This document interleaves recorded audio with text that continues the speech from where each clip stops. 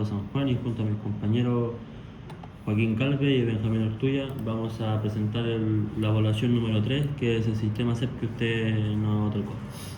Bueno, como se puede visualizar acá en el trabajo que fue realizado en Power Factory, se ven todas las barras solicitadas, todos los generadores, todos los transformadores, más abajo unos paneles también que se ven más abajo. Y con este trabajo, con esta simulación, se realizaron los cálculos de cortocircuito, las tres fases, monofásico a tierra, bifásico a tierra y bifásico. Bueno, acá se puede presenciar el tema de los generadores síncronos con sus respectivos datos, que ya está corrido el flujo. Se puede presenciar unas barras simples, unos transformadores, unas barras seccionadas, barras dobles también. Acá estas barras dobles de maitencillo, con sus respectivas cargas que después nos guían hacia, en línea, nos guían hacia unos interruptores y medio que son de Don Héctor.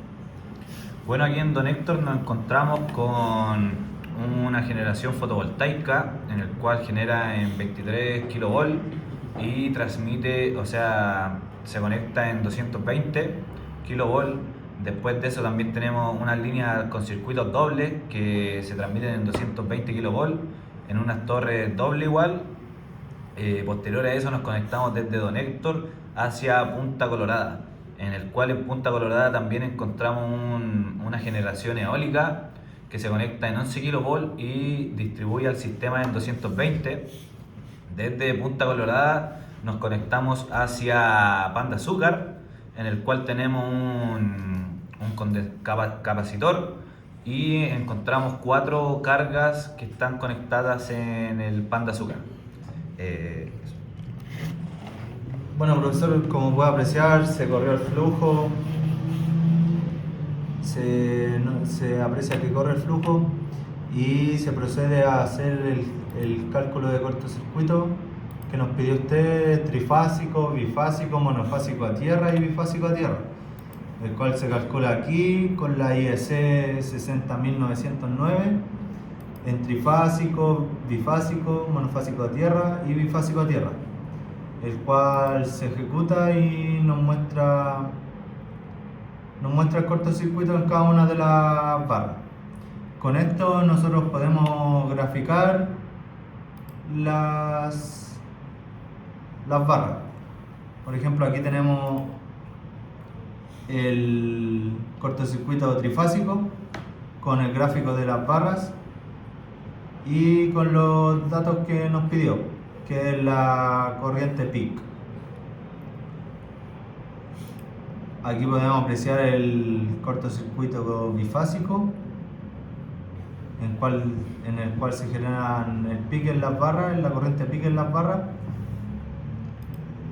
El cortocircuito monofásico a tierra y el bifásico a tierra, los cuales se hacen todo en Power Factory. Ya con eso procedemos a la simulación RMS, la cual simula aquí. Para eso generamos 2 eventos, los cuales son switch event y cortocircuito event.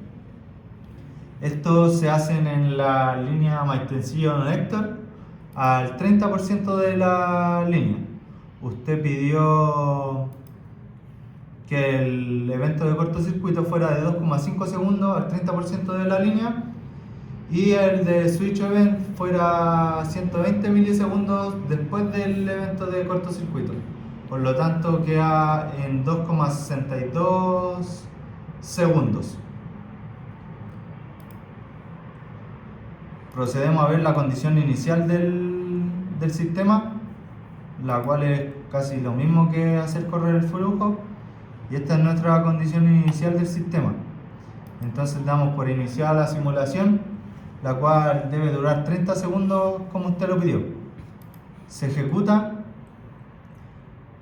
y aquí podemos observar el cortocircuito al 30% más o menos de la línea Maitencillo Don Héctor. Los círculos en rojo nos destacan los interruptores abiertos, los cuales se abrieron a los 120 milisegundos después de la falla. Ya con esto podemos tener lo que es la magnitud del voltaje, el ángulo del voltaje y la frecuencia.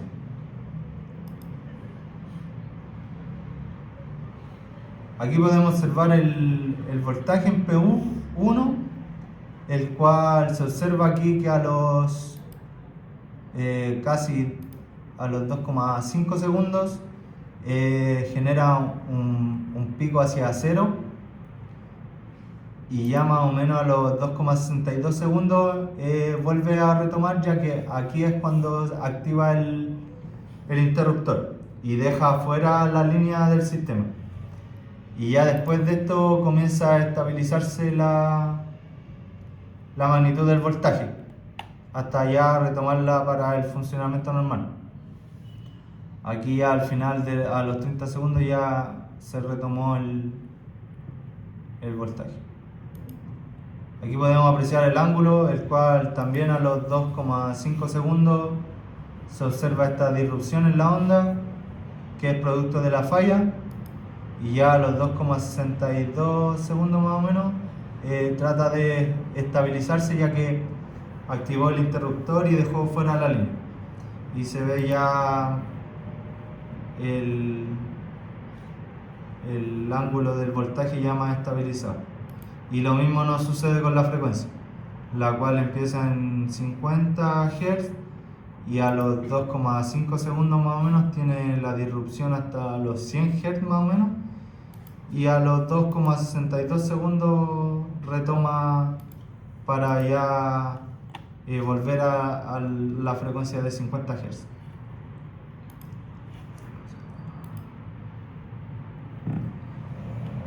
Bueno, ya yendo más a lo normativo, a lo teórico del trabajo, nosotros acá también vamos a hablar sobre la normativa y los protocolos aplicables. Bueno, primero, la Ley General de Servicios Eléctricos y su reglamento de los sistemas, transmisión, el DS 125 de 2017, que establece el marco legal del acceso abierto y la coordinación de la operación. Segundo, la norma técnica de seguridad y calidad de servicio, la NTS-ICS, dictada por la Comisión Nacional de Energía y aplicada por el Coordinador Eléctrico Nacional. Esta norma es la que realmente baja el detalle técnico, exige los estudios de cortocircuito y fija los estándares de calidad del servicio.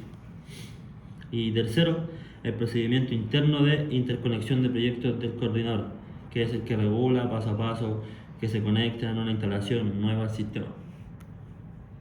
Bueno, siguiendo con los documentos requeridos para la inscripción.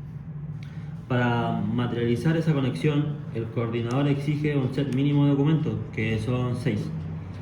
1. La carta de solicitud de conexión, dirigida al director ejecutivo del CEN, que da inicio formal al proceso. 2. Los antecedentes legales y catastro de la empresa solicitante. 3. El diagrama lineal funcional o DUF, que representa todos los equipos primarios de control, medida y protecciones. 4. El informe de criterios de conexión, que identifica si existen congestiones o limitaciones en el punto de conexión. 5. Antecedentes necesarios de información técnica, el ANIT y con los parámetros técnicos de cada equipo. Y 6. La memoria de cálculo de parámetros eléctricos, generada directamente desde Power Factory, que respalda las matrices de impedancia y el modelamiento de la línea. Bueno, ahora pasamos al análisis de factibilidad, en el cual evaluamos dos alternativas técnicas para conectar nueva generación o carga al sistema existente. Ambas debiendo cumplir con la NTS, ICS y el reglamento de transmisión.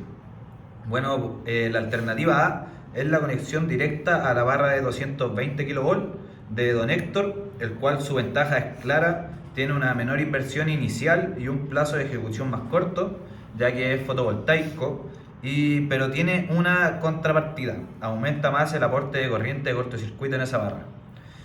Por otro lado, la alternativa B es construir una línea nueva dedicada hacia Punta Colorada. Es más cara y toma más tiempo, pero ofrece una mejor redundancia N1 y un mejor impacto en el nivel de cortocircuito en el sistema. Bueno, ahora pasamos al cuadro comparativo. Entre ambas alternativas, cruzando costos, plazos, impacto en cortocircuito, confiabilidad N1 y cumplimiento del título 3 de la NTS y CS sobre la capacidad térmica. Quiero detenerme en las restricciones normativas detectadas porque son las que finalmente inclinan la decisión. Primero, la capacidad térmica máxima de la línea y transformadores existentes. Segundo, el nivel máximo de cortocircuito admisible en cada barra, limitado por la capacidad de ruptura de los interruptores ya instalados.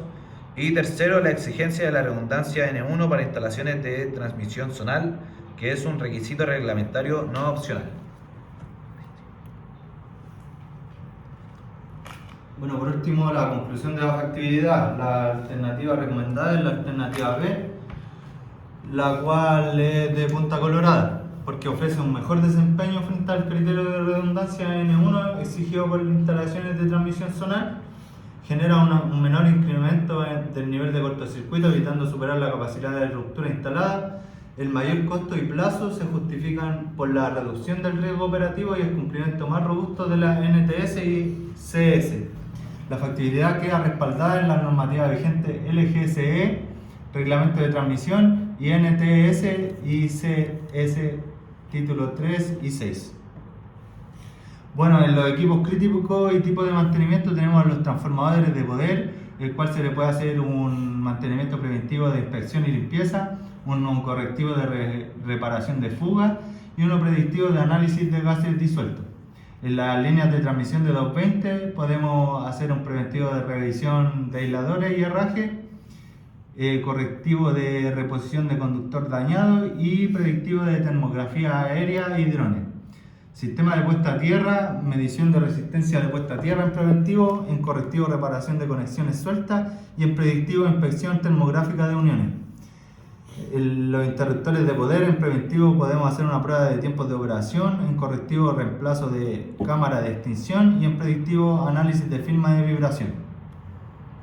Bueno, ya finalizando los puntos, el checklist de verificación periódica.